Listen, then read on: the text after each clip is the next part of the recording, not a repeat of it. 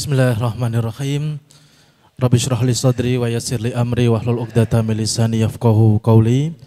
Assalamualaikum warahmatullahi wabarakatuh. Alhamdulillahirabbil alamin. Alhamdulillahi wa kafa wa usolli wa usallim ala nabiyyina Muhammadil Mustafa wa ala alihi wa ashabihi wa atba'ihi ahlil wafa. Innal hamdalillahi nahmaduhu wa nasta'inuhu wa nastaghfiruh wa na'udzu billahi min syururi anfusina wa min sayyiati a'malina may yahdihillahu fala mudhillalah wa may yudhlilhu fala hadiyalah. Asyhadu an la ilaha illallah wahdahu la syarikalah wa asyhadu anna Muhammadan abduhu wa rasuluh la nabiyya wa la rasula ba'da. Amma ba'du. Yang kami hormati jajaran pengurus Pembina Yayasan Subulus Salam Nusantara, yang kami hormati Dewan Pengasuh Rumah Tahfidz Zaid bin Sabit serta para asatidz dan asatidzah Rumah Tahfidz Zabisa, yang kami hormati para hadirin hadirat Bapak Ibu sekalian yang Allah nikmatkan kesempatan pada sore hari ini datang ke majelis ini, yang kami sayangi anak-anakku sekalian para santri Rumah Tahfidz Zabisa, dan terima kasih terkhusus kepada moderator Mas Rozak sudah mengantarkan acara dan memperkenalkan diri saya di depan sini. Alhamdulillah Bapak Ibu sekalian, seperti tadi disampaikan oleh pembawa acara, insya Allah pertanggal ini akan kita mulai lagi kajian kita lebih awal, tepatnya pukul 4 sore. Tadi sudah dimulai, diawali dengan membaca surah Al-Waqiah bersama, dan mudah-mudahan ini menjadi ikhtiar supaya apa yang menjadi tujuan kita dalam menuntut ilmu bisa terfasilitasi dengan baik, mungkin bisa lebih tenang mengajinya karena waktunya lebih awal, tidak tergesa-gesa ingin segera pulang, sehingga kemudian apa yang bisa kita dapatkan berupa thalabul ilmi bisa lebih maksimal lagi. Amin ya rabbal alamin. Mudah-mudahan nanti Bapak Ibu sekalian bisa menyebarkan, barangkali masih banyak jamaah yang masih mengira seperti biasa 4:30 baru dimulai, atau bahkan jam 5 biasanya pengisi pemateri baru naik ke atas panggung, tapi ini insya Allah kita sudah bisa dimulai kembali jam 4. Mudah-mudahan nanti bisa menjadi salah satu ikhtiar kita meramaikan kembali majelis ini, kajian Jumat sore ini. Ikhwani fiddin wa akhwati fillah rahimakumullah.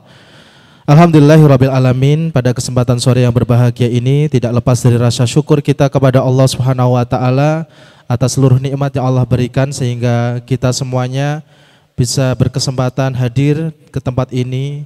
Mungkin banyak pilihan tempat-tempat yang lebih indah, lebih baik, lebih menyenangkan.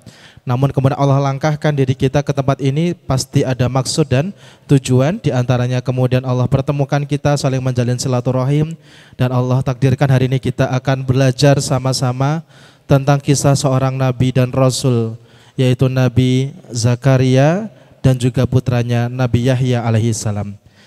Mari kita mulai dengan membaca basmalah. Bismillahirrahmanirrahim.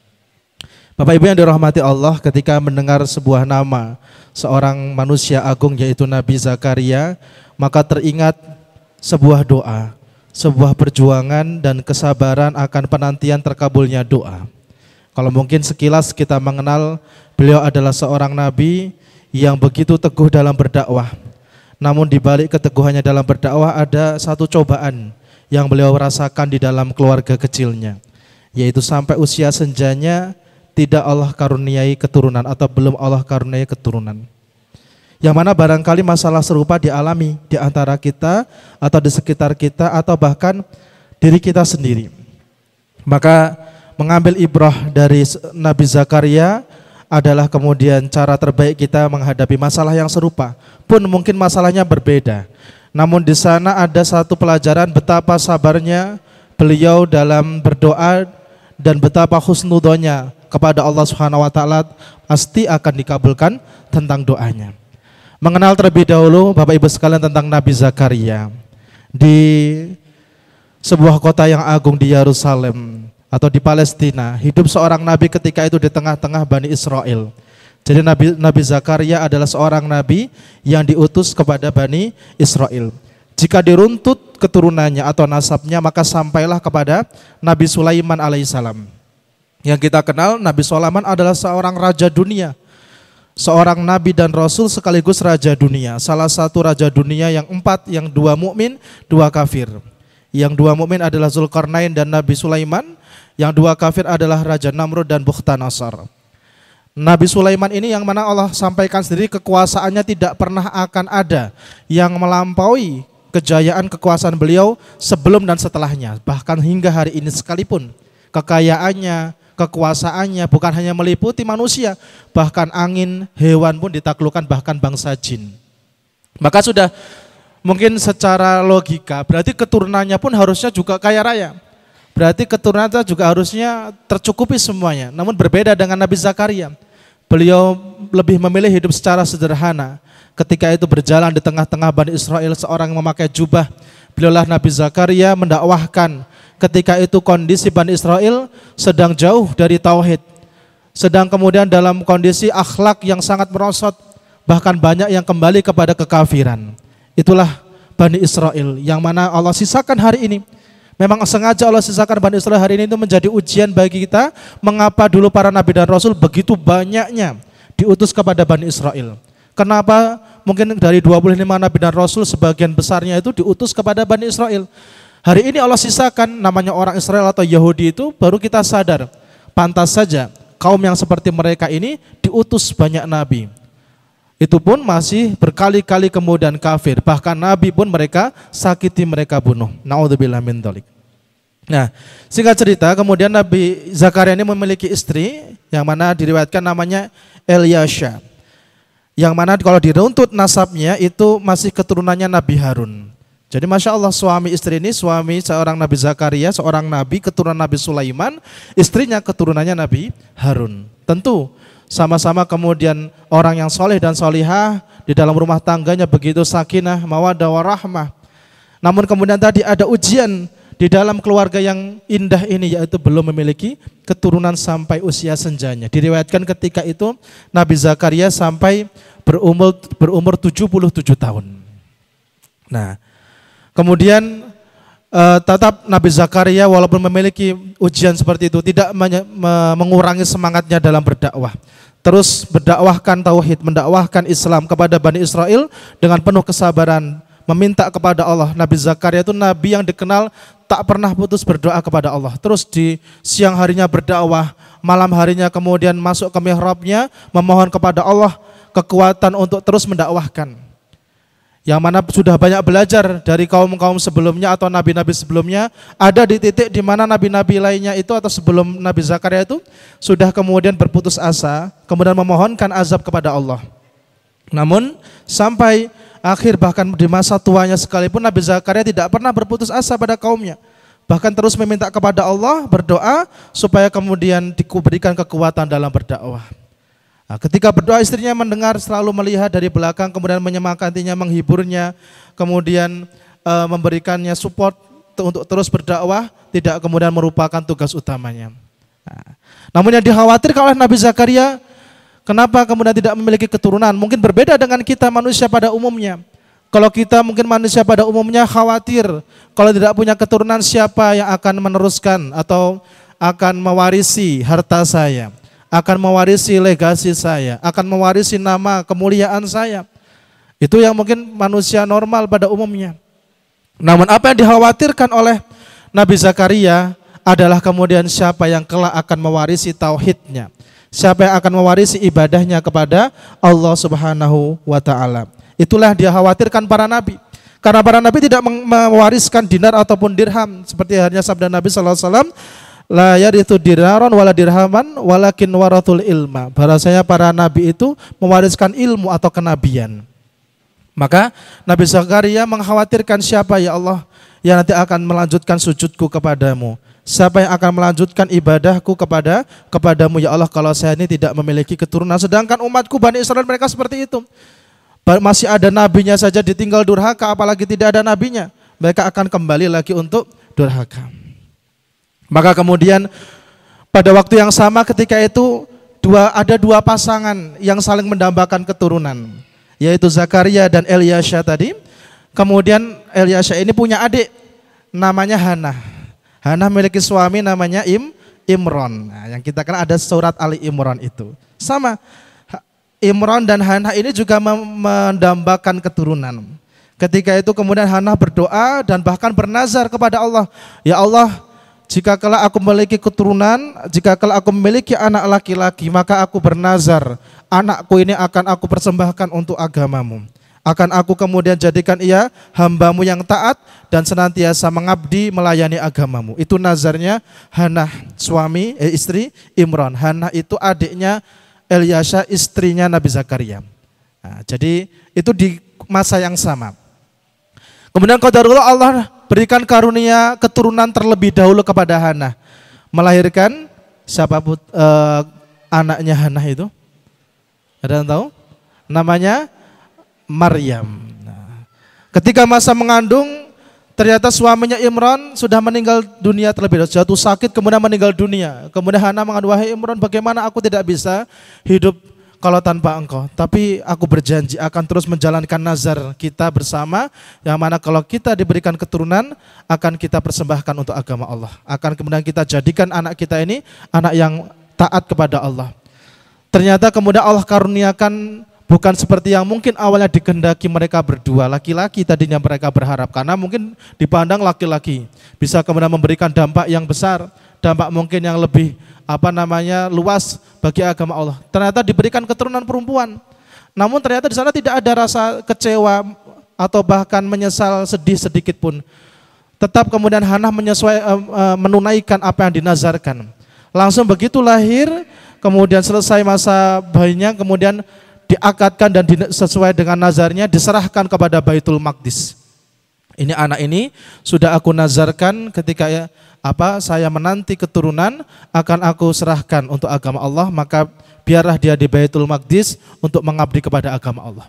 Ketika itu Bani Israel mungkin hal itu adalah hal yang asing, hal yang aneh. Wah, bagaimana perempuan kok bisa bakal ada di masjid, siapa yang mau merawat, dia masih anak kecil, masih bayi, mana perempuan lagi kan gitu. Maka banyak dicemooh dan seterusnya. Kemudian Hannah memberikan perwakilannya untuk mengasuh Maryam kecil ketika itu kepada saudaranya, yaitu Nabi Zakaria. Yang mana Nabi Zakaria itu adalah pamannya dari Maryam berarti. Nah, pamannya dari Maryam. Nah, sampailah kemudian Maryam itu diasuh oleh Zakaria di Baitul Maqdis. Oleh Nabi Zakaria dibuatkan mihrab, tempat khusus untuk ibadah. Nah, di sana Maryam hanya beribadah, berzikir kepada Allah SWT, dan memang sudah dijanjikan oleh Allah dalam Al-Quran sebagai wanita yang suci. Hingga suatu hari seringkali ketika Nabi Zakaria ini menengok, ingin melihat yaitu keponakannya berarti Maryam, sering mendapati di depan pintu mihrab itu ada banyak buah-buahan. Yang mana buah-buahan itu bukan pada musimnya. Kalau sekarang mungkin lagi musim musim mangga misalkan seperti itu. Nah, kok tiba-tiba depannya itu ada duren gitu, padahal lagi nggak musim duren. Kok bisa ini, kalau ada yang ngasih pun nggak masuk akal padahal tidak musimnya. Kemudian bertanya kepada Maryam, wahai Maryam, bagaimana mungkin ada buah-buahan yang tidak pada musimnya ini senantiasa tersedia di depan mihrabmu? Kemudian Maryam menjawab, itulah karunia, itulah pemberian dari Allah Subhanahu wa taala, yang mana ini bentuk bahwasanya Allah itu bisa memberikan apapun kepada kita, bahkan hal yang mustahil, bahkan hal yang masuk akal sekalipun. Itu semua terekam nanti di dalam surat Ali Imran. Nah, dia Zakaria berkata tentang tadi, bertanya kepada Maryam, bagaimana mungkin wa wajada indaha rizqan, di dalam surah Al-Imran ayat 37. Fataqabbalaha rabbuha biqabulin hasanin wa ambataha nabatan hasanan wa kafalaha Zakaria, diasuh oleh Zakaria. Kullama dakhala 'alaiha Zakaria al-mihrab, setiap kali Zakaria itu masuk ke dalam mihrab, wajada indaha rizqan, mendapati di depannya itu ada rizki atau ada buah-buahan tadi. Qala ya Maryam anna laki hadza, wahai Maryam, bagaimana mungkin ini bisa terjadi? Ada tersedia banyak makanan, tidak pernah ada orang masuk ke sini, bahkan yang tersedia di atasnya adalah tadi hal-hal yang mungkin harusnya tidak ada sekarang. Qalat huwa min indillah. Jawaban Maryam, ini adalah karunia dari Allah. Innallaha yarzuqu man yasha'u bighairi hisab. Sesungguhnya Allah itu sangat bisa memberikan rizki kepada siapapun sesuai apa yang Allah kehendaki tanpa perhitungan. Maka kemudian ini semakin menginspirasi Zakaria yang ketika itu masih sangat mendambakan sosok keturunan. Maka kemudian pulanglah Zakaria, masuk ke dalam mihrabnya pada suatu malam yang sunyi, yang dingin, yang gelap, kemudian bermunajat kepada Allah. Hunalika da'a Zakaria rabbah. Di sanalah kemudian Zakaria berdoa kepada Allah Subhanahu wa taala. Qala rabbi habli min ladunka dzurriyyatan thayyibatan innaka sami'ud du'a. Ya Allah, tadi kalau kepada ponakan saya Engkau Maha mampu memberikan rezeki, bahkan suatu hal yang mustahil, maka tentu keturunan bagiku bukanlah hal yang mustahil bagi Engkau. Qala rabbi habli min ladunka dzurriyyatan thayyibatan. Ya Allah, anugerahkan aku dari sisimu, karena hanya dari sisimu aku bisa berharap. Bagaimana mungkin aku bisa mengharapkan mungkin dari sisi medis, dari sisi manusia, logika tidak masuk akal semua.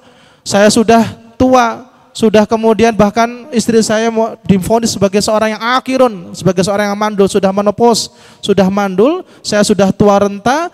Kalau mungkin secara akal, secara logika, secara medis tidak mungkin bisa punya keturunan. Tapi tidak ada yang mustahil bagi Engkau ya Allah. Tadi semakin terinspirasi dengan kejadian yang ada pada ponakannya Maryam. Nah, kemudian berdoa kepada Allah di mihrabnya itu. Sama kemudian ketika itu istrinya mendengar di belakang. Namanya sama-sama pasangan yang soleh dan solihah. Kemudian menangis ketika itu. Wahai suamiku, bagaimana mungkin aku yang sudah mandul, aku sudah tua ini masih bisa memiliki keturunan? Kenapa engkau terus saja memohon kepada Allah? Nabi Zakaria terus menenangkan, tidak ada yang mustahil bagi Allah Subhanahu wa taala, tidak ada yang tidak mungkin bagi Allah Subhanahu wa taala, semuanya sangat mungkin dan sangat mudah bagi Allah Subhanahu wa taala. Terus berdoa seperti itu. Bahkan di dalam riwayat, di dalam ayat-ayat yang lain banyak rintihan-rintihan dan kemudian bentuk doa yang memang Allah abadikan di dalam Al-Qur'an. Yaitu di dalam surat Maryam.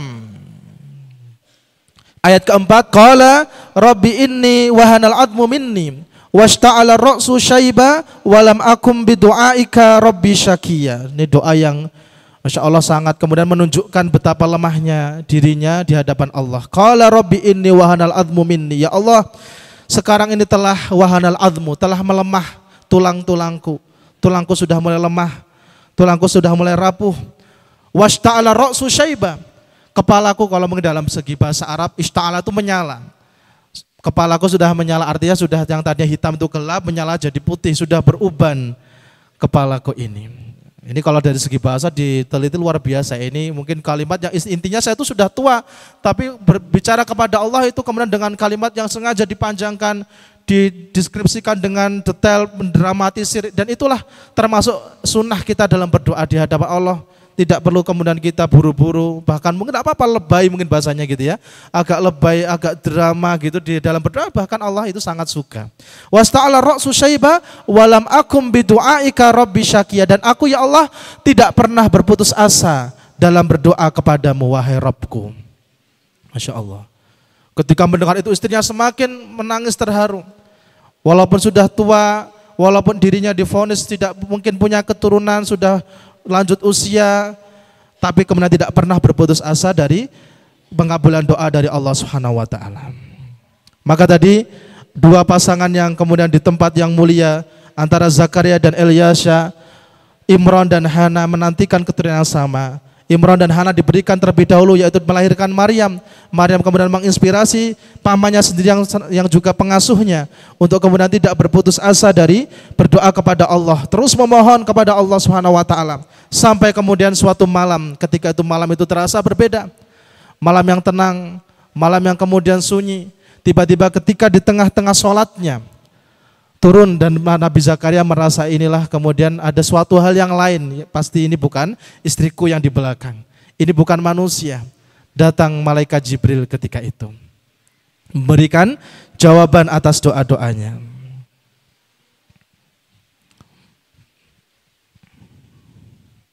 Fanadathul malaikah wa huwa qa'imun yusalli fil mihrab.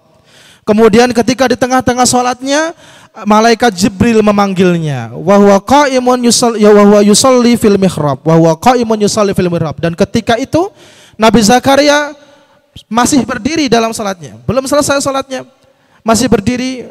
Kemudian datang malaikat Jibril memberikan jawaban, annallaha yubashshiruka bi Yahya musaddiqan bi kalimati minallah wa sayyidan wa hasuran wa nabiyyan minas salihin. Ali Imran ayat 39. Wahai Zakaria, sesungguhnya Allah memberikan kabar gembira bagi kamu tentang akan datangnya Yahya. Keturunanmu nanti namanya Yahya, yaitu seorang akan membenarkan kalimat Allah, menjadi panutan, menahan diri dari hawa nafsu, dan seorang nabi di antara orang-orang saleh. Nah, kalau di dalam redaksi yang lain, di dalam surat Maryam diberikan jawaban tadi setelah berdoa, qala inni wahanal admu minni, ya Allah, tulangku sudah lemah, sudah rapuh, kepalaku sudah beruban, tapi aku tidak pernah berputus asa dari berdoa kepadamu. Wa inni khiftul mawaliya, aku takut ya Allah, mewarai wa kanat imraati akhiran, aku takut ya Allah, aku khawatir terhadap keluargaku sepeninggalku, siapa yang akan meneruskan tauhid dan ibadahku, sedangkan istriku ada seorang yang mandul. Maka fahabli min ladunka waliya, maka anugerahkanlah kepada kami seorang anak dari sisimu. Yarisuni wa yarisu min ali Yaqub waja'alhu rabbi radiyya, yang mana nanti yang difikirkan Nabi bukan mewariskan harta, bukan mewariskan kekuasaan, tapi yang difikirkan yang nanti kelak anak itu akan mewarisi aku dan keluarga Yakub, ajaran aku dan ajarannya Nabi Yakub, atau akan mewarisi tauhid.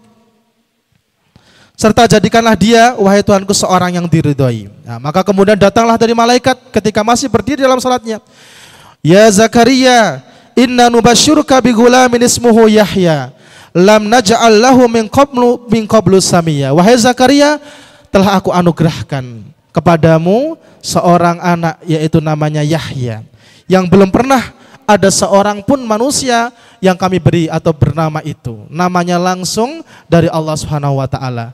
Namanya Yahya. Masya Allah. Namun namanya manusia.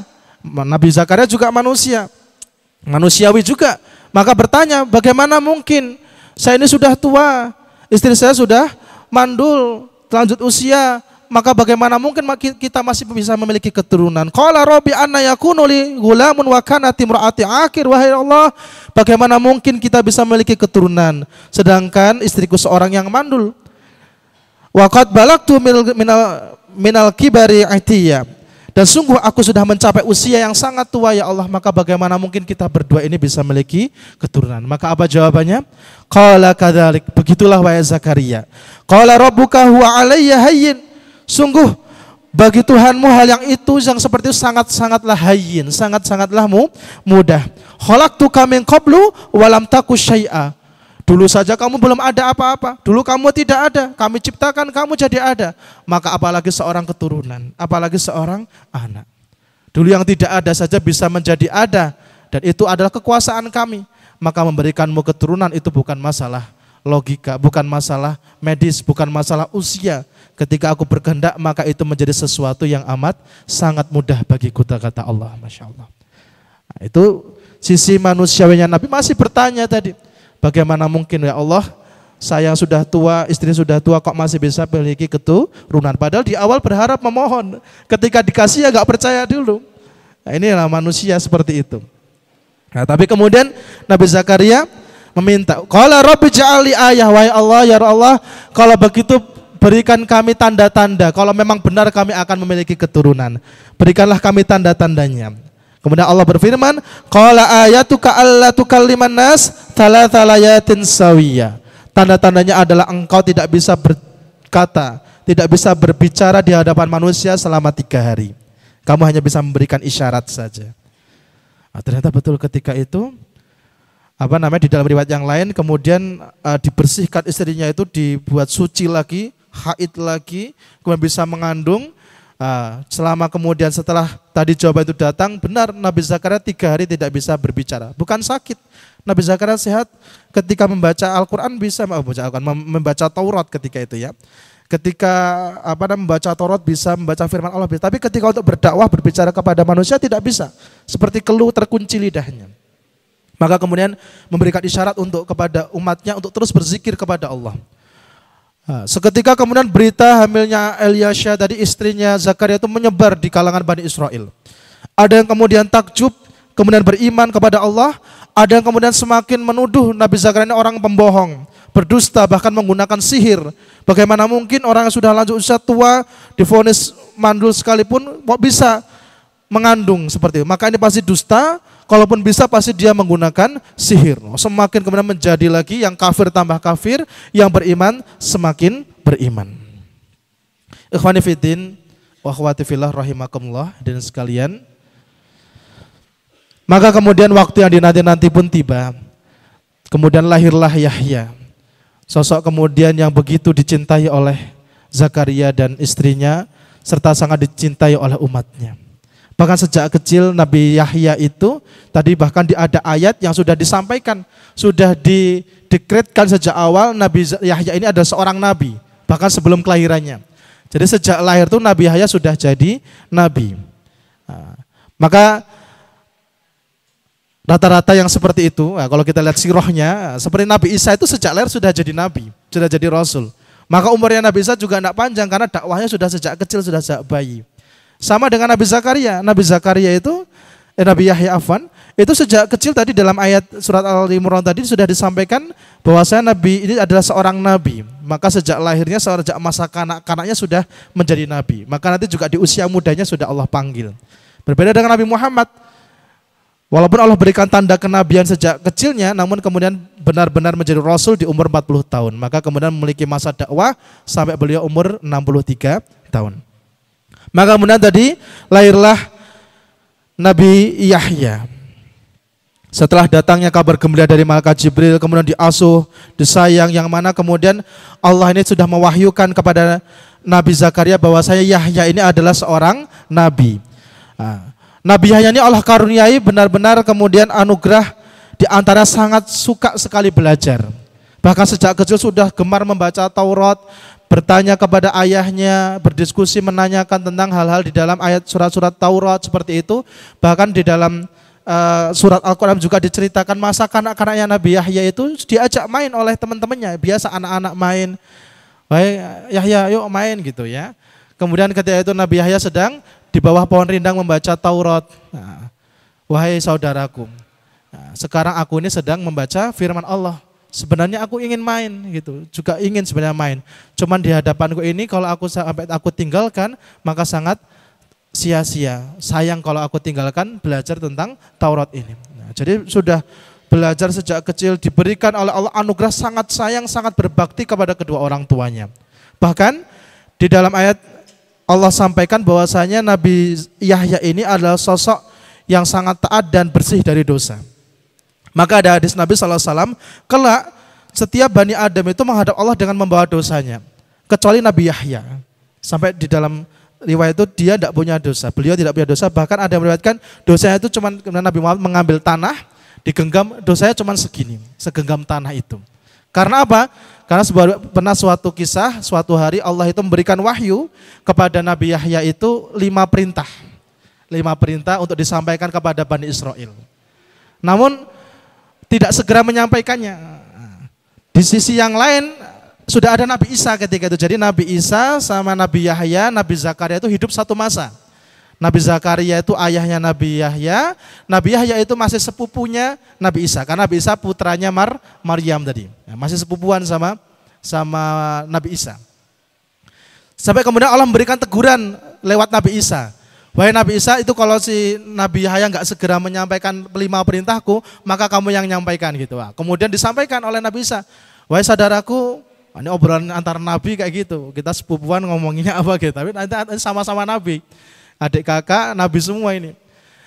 "Engkau dapat 5 perintah dari Allah. Kenapa engkau belum sampaikan kepada umatmu? Apa aku saja yang menyampaikan?" gitu. Kemudian, "Tidak, wahai saudaraku, kalau sampai engkau yang menyampaikan, aku tidak tahu akan disiksa seperti apa oleh Allah Subhanahu wa taala." Saking takutnya kepada Allah. Kemudian seketika dikumpulkan Bani Israel di Baitul Maqdis, disampaikanlah 5 perintah Allah itu. Maka disitulah kemudian tadi karena mungkin agak terlambat tadi, kemudian itulah hanya itu saja dosanya Nabi Yahya itu. Ikhwani fillah wa akhwati fillah rahimakumullah. Maka kita masuk sekarang sedikit tentang Nabi Yahya alaihissalam. Tadi sosok yang sangat tekun dalam belajar, sangat berbakti kepada orang tua, bahkan sangat berhati-hati sekali terhadap segala bentuk dosa, sosok yang sangat bisa menjaga diri dari segala bentuk hawa nafsu. Dan salah satu yang dikaruniakan Allah kepada beliau adalah Nabi Yahya ini Allah karuniakan kasih sayang yang sangat besar kepada sesama, bahkan kepada sesama makhluk Allah. Nabi Yahya itu diriwayatkan tidak pernah makan dari daging hewan. Yang dimakan itu daun-daunan, sayur-sayuran, bahkan rerumputan seperti itu. Saking kemudian sayangnya pada sesama makhluk ciptaan Allah, terutama hewan-hewan itu. Jadi beliau sering di tengah gurun pasir atau kemudian di bawah pohon rindang, itu kemudian di sana berzikir kepada Allah, membaca kitab Taurat, sampai ketika beliau sedang berzikir, bermunajat, hewan-hewan itu biasa kemudian rusa berhenti mendengarkan bacaan Tauratnya. Burung-burung berhenti di samping beliau mendengarkan, menikmati bacaan kitab suci dari Nabi Yahya ketika itu. Nah, suatu hari bahkan ketika sedang sangat lapar, ketika itu beliau memiliki hanya sedikit atau setengah potong roti gandum. Ketika beliau ingin makan, datang ada anjing yang kelaparan. Kemudian beliau serahkan makanan yang hanya dimiliki oleh beliau tadi untuk mengganjal perutnya, diserahkan kepada anjing itu, dan beliau lebih rela kemudian makan dedaunan. Bahkan ketika perjalanan kelaparan, ada kemudian mendekatinya itu ada seekor belalang yang mungkin itu ada rezeki dari Allah. Tapi kemudian, wahai belalang, kamu adalah makhluk Allah, aku juga makhluk Allah. Kita ini semuanya kecil di hadapan Allah. Nah, beliau lebih memilih makan dedaunan, makan rumputan. Ini riwayat yang sangat masyhur tentang Nabi Yahya itu, nabi yang sangat memiliki kasih sayang yang sangat besar, bahkan tadi sampai kepada hewan sekalipun. Seorang nabi yang Allah janjikan, bahkan sudah dinobatkan menjadi nabi sejak masa di dalam kandungan, kemudian dinantikan, bahkan namanya langsung dari Allah Subhanahu wa taala. Hanya ada dua itu yang namanya dari Allah disebutkan di dalam Al-Qur'an, ismuhu Yahya sama ismuhu Ahmad, itu kan. Ya, Nabi Yahya dan Nabi Muhammad sallallahu alaihi wasallam. Maka itulah di antara keistimewaan Nabi Yahya alaihissalam. Ikhwani fiddin wa akhwati fillah rahimakumullah. Maka kemudian Nabi Yahya pun membantu ayahnya untuk berdakwah kepada Bani Israel. Sejak masa kanak-kanaknya, sejak masa kecilnya ikut membantu berdakwah di tengah-tengah Bani Israel. Dan Nabi Yahya lebih menekankan tadi tentang kesyukuran, tentang hidup sederhana, menyayangi sesama, menyampaikan bahwasanya kekayaan hakiki bukanlah kekayaan harta benda, namun kekayaan hakiki adalah ghina nafsi, adalah kesyukuran yang dimiliki oleh hati. Beliau mengajarkan tentang tawadu, tentang qanaah kepada Bani Israel. Sampai suatu hari ketika itu Nabi Yahya itu sering gemar duduk-duduk di bawah pohon, membaca Taurat dan seterusnya. Ada sebuah kisah, suatu hari kemudian datang ketika itu sosok besar, menyeramkan, matanya merah. Dan Nabi Yahya tahu ini adalah iblis. Jadi ada kisah masyhur tentang percakapan iblis dengan Nabi Yahya. Suatu hari datang iblis di hadapan Nabi Yahya dengan sosok manusia yang menyeramkan ketika itu. Kemudian memohon izin, wahai Yahya, Nabi Allah, izinkan aku untuk berbincang denganmu. Kemudian Nabi Yahya menegur, ya Abul Murrah, wahai Abu Murrah. Abu Murrah itu sebutannya iblis. Aku tahu kamu adalah iblis dan aku tidak akan tertipu oleh tipu dayamu. Nah, dia langsung paham karena dia Nabi Allah pasti tahu dirinya iblis. Kamu boleh berbincang dengan aku, tapi aku beri satu syarat, beri aku satu permintaan. Silahkan wahai Nabi Allah, apa permintaanmu? Aku ingin melihat wujud aslimu. Nabi Yahya ingin melihat wujud aslinya iblis. Nah, kemudian iblis mengatakan, tapi wujudku sangat menyeramkan dan menjijikkan. Kalau engkau kuat maka akan aku tunjukkan. Kemudian aku tidak takut hanya selain kepada Allah Subhanahu wa taala. Kemudian seketika berubahlah tadi wujud manusia tadi kepada wujud asli dari iblis itu sendiri. Seketika kulitnya menghitam bagai kayu bakar seperti itu. Kemudian mengalir nanah di tubuhnya. Kemudian di dalam riwayat itu banyak tanduk melengkung di kepalanya, giginya tajam dan saling berdempetan seperti itu, matanya merah. Nah, seketika kemudian Nabi Yahya menunduk, astagfirullah, bertasbih kepada Allah. Mengapa wahai iblis, rupamu begitu menyeramkan seperti ini? Kenapa kamu jadi menyeramkan seperti ini? Ditanya oleh Nabi Yahya. Wahai Nabi Allah, aku dulu adalah seorang makhluk yang mulia. Aku dulu ada seorang makhluk yang agung yang tinggal bersama malaikat, bahkan memiliki gelar yang tinggi, Azazil. Seorang makhluk yang sangat tinggi kedudukannya, bahkan menjadi pemimpin di antara para malaikat bersama Jibril. Namun seketika aku berubah menjadi makhluk yang sangat hina seperti ini, itu juga gara-gara nenek moyangmu wahai Yahya, yaitu Nabi Adam alaihissalam. Ketika diciptakan Adam, aku tadinya adalah seorang makhluk yang tidak pernah mengangkat sujudku selama 400.000 tahun kepada Allah. Senantiasa bersujud kepada Allah. Tapi begitu diciptakan nenek moyangmu Adam, aku diperintahkan untuk bersujud kepada Adam. Tentu aku tidak mau. Bagaimana mungkin aku seorang yang diciptakan dari api mau menundukkan kepada yang diciptakan dari tanah? Khalaqtani min narin wa khalaqtahu min tin. Engkau ciptakan aku ya Allah dari api, sedangkan engkau memerintahkan aku untuk bersujud kepada tanah. Dia merasa api lebih baik daripada tanah. Dia merasa sombong di hadapan Allah Subhanahu wa taala. Maka kemudian karena itu aku dikutuk menjadi makhluk yang hina, yang terlaknat, yang sangat terkutuk. Kemudian ditanya oleh Nabi Yahya, bukankah rahmat Allah itu lebih luas? Kenapa engkau tidak memohon ampunan? Kenapa engkau tidak bertobat kepada Allah? Yang pasti Allah akan berikan ampunan itu. Bukankah rahmat Allah itu sangat luas bagi hambanya? Sepersekian detik itu matanya iblis berkaca-kaca, menyadari bahwasanya kebodohan, keteledorannya. Tapi namanya iblis, baru sebentar sadar, kemudian kembali mengelak. Tidak wahai Yahya, aku sudah berjanji pada diriku sendiri akan menggoda umat manusia untuk kemudian menemaniku bersama di neraka.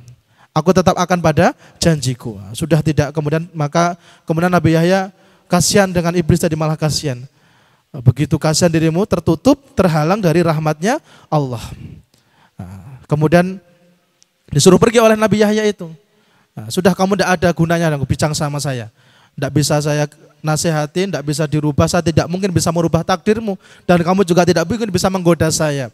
Maka iblis pun mengakui, saya memang tidak bisa menggodamu wahai Nabi Allah. Tapi aku berjanji akan terus menggoda umatmu, umat manusia yang lalai dari Allah Subhanahu wa taala. Itulah di antara rekaman dari kisahnya Nabi Yahya alaihissalam dengan percakapan dengan iblis. Ikhwani fiddin wa akhwati fillah rahimakumullah.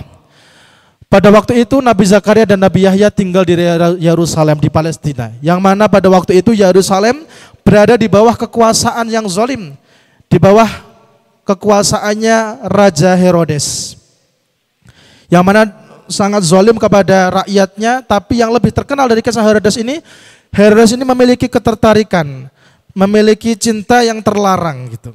Kepada siapa? Kepada saudarinya sendiri, yaitu putri Herodia. Yang mana dalam ajaran Taurat, bahkan hingga ajaran hari ini, itu adalah mahram, tidak boleh untuk dinikahi. Tapi kemudian Raja Herodes ini sangat ingin menikahi saudara sendiri, putri Herodia tadi, yang mana secara ajaran syariat itu diharamkan. Meminta pendapat kepada para penasihatnya, penasihat takut. Ya, sudah, saya ini adalah seorang raja, yang mana raja itu pasti bisa mencapai, bisa mendapatkan apapun yang dia inginkan. Putrinya juga sama, putri Herodia juga sama-sama suka sama Herodes, jadi dua-duanya sama-sama bermasalah. Ketika tahu ada kesalahan ini, ada masalah ini, kemudian Nabi Zakaria dan Nabi Yahya, wahai ayah, apakah kita akan diam saja ketika terjadi kemungkaran bahkan pada raja kita? Tentu tidak wahai anakku Nabi Yahya. Kita tentu bertugas untuk mengingatkannya. Kemudian ketika tidak ada orang yang berani menegur, mengingatkan, mendakwahkan kepada Raja Herodes tadi, Nabi Zakaria dan putranya ketika itu menghadap ke istana, menyampaikan bahwasanya apa yang dilakukan Raja Herodes ada sebuah kesalahan, ada sebuah pelanggaran akan aturan Allah Subhanahu wa taala. Dia seorang raja merasa tersinggung. Saya ini raja, tidak boleh ada menghalangi keinginanku. Hal yang sama ketika itu putri Herodia juga mendengar, merasa terhina ketika itu. Ada riwayat yang lain mengatakan putri Herodia ini kemudian justru malah jatuh cinta sama Nabi Yahya. Nabi ini kisah Israiliyat. Yang lebih kuat, kemudian putri Herodia ini kemudian tersinggung karena dibilang tidak boleh menikah dengan Raja Herodes itu. Kemudian meminta pada Raja Herodes, wahai Raja, kalau kamu benar-benar mencintaiku, maka bunuhlah Zakaria dan Yahya. Aku sangat menginginkan kepala Yahya ketika itu. Maka ketika itu Raja Herodes memerintahkan pasukannya untuk mengejar Nabi Zakaria dan Nabi Yahya, menghampiri ke rumahnya, menyeretnya ke istana. Ketika itu kemudian didapati Nabi Yahya bisa ditangkap, kemudian Nabi Zakaria ketika itu dikisahkan lari ke tengah hutan. Nabi Zakaria lari ke tengah hutan, Nabi Yahya berhasil dibawa ke istana. Nah, kemudian Putri Herodia kembali menyampaikan, mengungkapkan keinginannya. Aku sangat ingin kepala dan darahnya dari Nabi Yahya. Ketika itu kemudian Nabi Yahya dipenggal. Kemudian dikisahkan itu kepalanya, mohon maaf, diletakkan di dalam baskom beserta darahnya, kemudian dipersembahkan kepada Putri Herodia. Ketika melihat kepala itu, seketika kemudian Allah turunkan azabnya. Diriwayatkan ketika itu Allah turunkan badai topan beserta halilintar, kemudian ada riwayat yang lain Allah rubah semuanya ketika itu, kerajaan itu dan beserta pasukannya itu menjadi hewan sebagai bentuk azabnya Allah Subhanahu wa taala. Itulah kisah wafatnya Nabi Yahya. Masih muda, masih anak-anak, yang tadinya kemudian hanya sampai usia remaja berdakwah karena sejak kecilnya sudah menjadi nabi. Lantas bagaimana kisah wafatnya Nabi Zakaria? Nabi Zakaria kemudian ketika itu lari ke tengah hutan. Nah, ini kisah yang masyhur di kalangan ulama. Kemudian ketika itu lari dan pasukan Herodes mengejar, dipimpin oleh iblis ketika itu diriwayatkan. Ketika Nabi Zakaria sampai tengah hutan, ada kemudian pohon itu membelah. Membelah kemudian memanggil Nabi Zakaria, wahai Zakaria, masuklah engkau ke dalam diriku, masuk ke dalam pohon.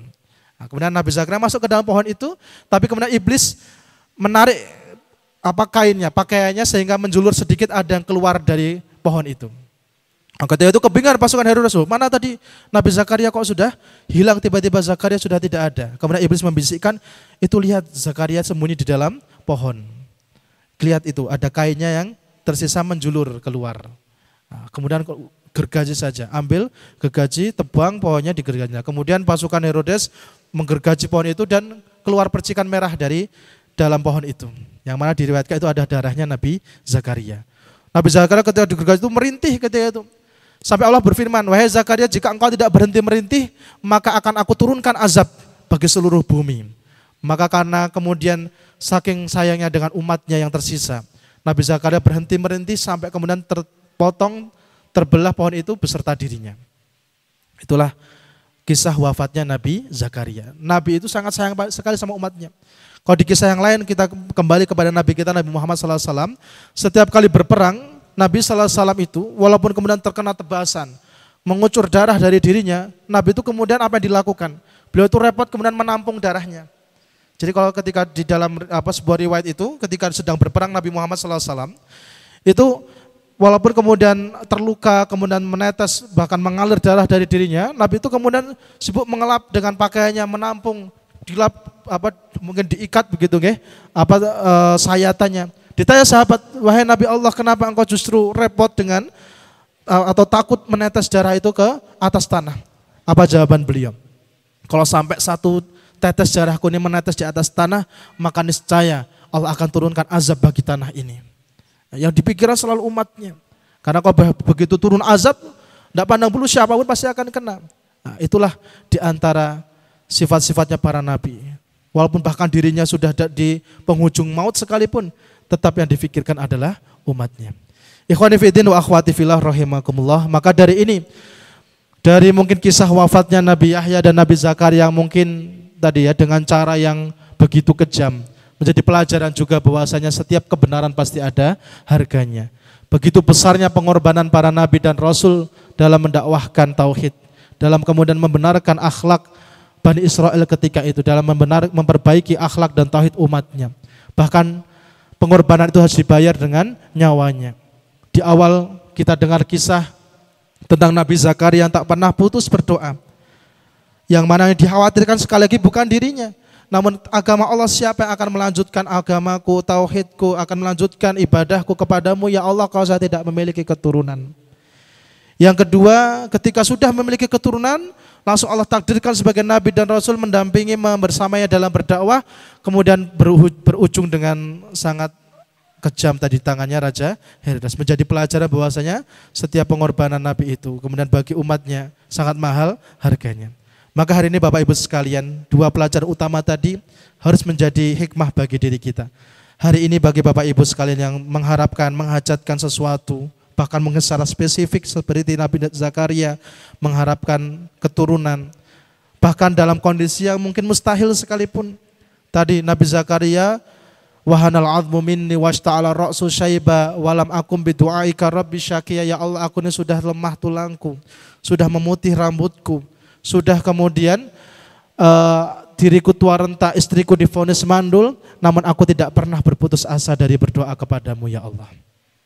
Maka ini pelajaran bagi kita, doa itu adalah senjata kita orang beriman. Dengan keyakinan kita, sepenuh keyakinan, semuanya tidak ada yang mustahil bagi Allah Subhanahu wa ta'ala. Maka mari Bapak Ibu sekalian, di penghujung hari Jumat yang berbahagia ini, hari yang mulia, kita berdoa kepada Allah sama-sama, menukil pula dari doa-doa yang keluar dari lisan Nabi Zakaria sehingga diabadikan di dalam Al-Quran, terkhusus tentang keturunan. Banyak sekali doa-doa tentang keturunan yang itu diajarkan oleh Nabi Zakaria. Dan dengan secara umum juga doa-doa yang mungkin sesuai apa yang kita hajatkan. Maka mudah-mudahan semakin Allah cepat kabulkan ketika kita lantunkan secara bersama-sama. Kita aminkan secara bersama-sama, terkhusus di waktu yang mustajab ini, di waktu Jumat sore sebelum tenggelamnya matahari, termasuk yang Allah janjikan waktu-waktu yang mustajab untuk berdoa. Astaghfirullahaladzim, astaghfirullahaladzim, astaghfirullahaladzim, innallaha ghafurur rahim. A'udzu billahi minasyaitonir rajim. Bismillahirrahmanirrahim. Alhamdulillahirabbil alamin. Hamdan na'imin, hamdan syakirin, hamdan yuwafi ni'mahu wa yukafi mazidah. Ya Rabbana lakal hamdu kama yanbaghi li jalali wajhikal karim wa 'azimi sultanik. Allahumma anta rabbana la ilaha illa anta khalaqtana wa nahnu ibaduka wa nahnu ala ahdika wa 'adika mastata'na. Nabu'u laka bi ni'matika alaina wa nabu'u bi dzambina faghfir lana fa innahu la yaghfiru dzunuba illa anta. Allahumma ya ghani ya hamid ya mubdi'u ya mu'id ya rahim ya wadud ikfina bihalalika an haramika wa aghnina fadlika amman siwaka. Allahumma arinal haqqa haqqa warzuqna tiba'ah wa arinal batila batila warzuqna ijtinabah. Allahumma a'inna ala dzikrika wa syukrika wa husni ibadatik. Allahumma anfa'na bima 'allamtana wa 'allimna ma yanfa'una warzuqna uluman tanfa'una fid din wad dunya wal akhirah. Allahumma inna nas'alukal huda wat tuqa wal afafa wal ghina. Allahumma inna nas'aluka ridhaka wal jannah wa na'udzubika min sakhatika wan nar. Allahumma inna nas'aluka salamatan fid din wa afiyatan fil jasad wa ziyadatan fil ilmi wa barakatan fil rizqi wa taubatan qablal maut wa rahmatan indal maut wa maghfiratan ba'dal maut. Allahumma hawwin alaina fi sakaratil maut wan najata minan nar wal afwa indal hisab. Rabbana atina fid dunya hasanah wa fil akhirati hasanah wa qina adzabannar. Rabbana hab lana min azwajina wa dzurriyyatina qurrata a'yun waj'alna lil muttaqina imama. Rabbana hab lana min ladunka dzurriyyatan thayyibatan innaka sami'ud du'a. Rabbi ij'alni muqimas shalah wa min dzurriyyati rabbana wa taqabbal du'a. Rabbana zalamna anfusana wa illam taghfir lana wa tarhamna lanakunanna minal khasirin. Subhana rabbika rabbil izzati amma yasifun wa salamun alal mursalin walhamdulillahi rabbil alamin. Bapak Ibu sekalian dirahmati Allah, jika tadi Nabi Zakaria memiliki keistimewaan, sholat belum selesai, Allah kasih jawaban melalui malaikat Jibril tadi. Wa huwa qa'imun yusalli fil mihrab tadi, sedang berdiri, masih berdiri dalam sholatnya, dikasih jawaban terhadap doa-doanya. Hebatnya umat Nabi Muhammad SAW, jangankan sholat belum selesai, sholatnya baru mulai, itu sudah dikasih jawaban. Sedikit penutup. Baru Al-Fatihah. Dalam hadis qudsi disampaikan bahwasanya ketika kita membaca Al-Fatihah dari mulai ayat pertama Bismillahirrahmanirrahim, Alhamdulillahirabbil alamin, Ar-Rahmanirrahim, Maliki yaumiddin, sampai ayat keempat kata Allah, ini adalah bagianku. Karena di sana hambaku memujiku, hambaku mengagungkanku dan seterusnya. Sampai kemudian ayat selanjutnya, Iyyaka na'budu wa iyyaka nasta'in, ya Allah, hanya kepadamu aku menyembah dan hanya kepadamu aku memohon pertolongan. Itu kan doa kita. Maka apa jawaban Allah? Wali abdi masa'alam. Ini hadis qudsi sahih. Ketika baru sampai iyyaka na'budu wa iyyaka nasta'in, sampai ayat itu, ketika kita mohon sama Allah, ya Allah aku memohon hanya kepadamu engkau aku menyembah dan hanya kepadamu aku mohon pertolongan ya Allah. Langsung Allah jawab, dan bagi hambaku apapun yang dia minta. Nah, Masya Allah. Kalau tadi Nabi Zakaria belum selesai sholat sudah dijawab doanya, umatnya Nabi Muhammad baru mulai sholat sudah dijawab doanya. Shallu ala Nabi Muhammad. Allahumma sholli wa sallim. Mudah-mudahan ini memotivasi kita untuk tidak pernah putus berdoa, tidak pernah berputus asa dalam berdoa, sebagaimana keteladanan yang kita ambil dari Nabi Zakaria, tak pernah berputus asa dalam berdoa kepada Allah Subhanahu wa taala. Subhanakallahumma wa bihamdika asyhadu an la ilaha illa anta astaghfiruka wa atubu ilaik. Assalamualaikum warahmatullahi wabarakatuh.